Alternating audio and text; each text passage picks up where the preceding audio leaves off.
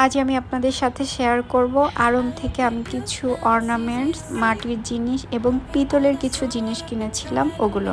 আজ আমি আপনাদের দেখাবো মাটির জিনিস। হ্যালো এভরিওয়ান, আসসালামু আলাইকুম। কেমন আছেন আপনারা সবাই? এই তো আমি যে আড়ং থেকে কিছু মাটির জিনিস নিয়েছি।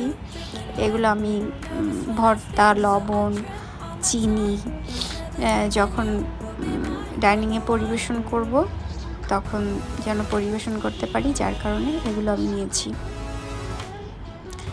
আপনারা দেখতে থাকুন।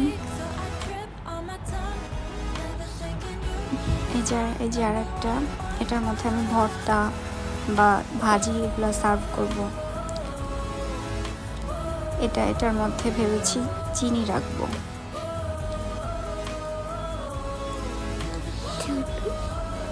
সুন্দর না?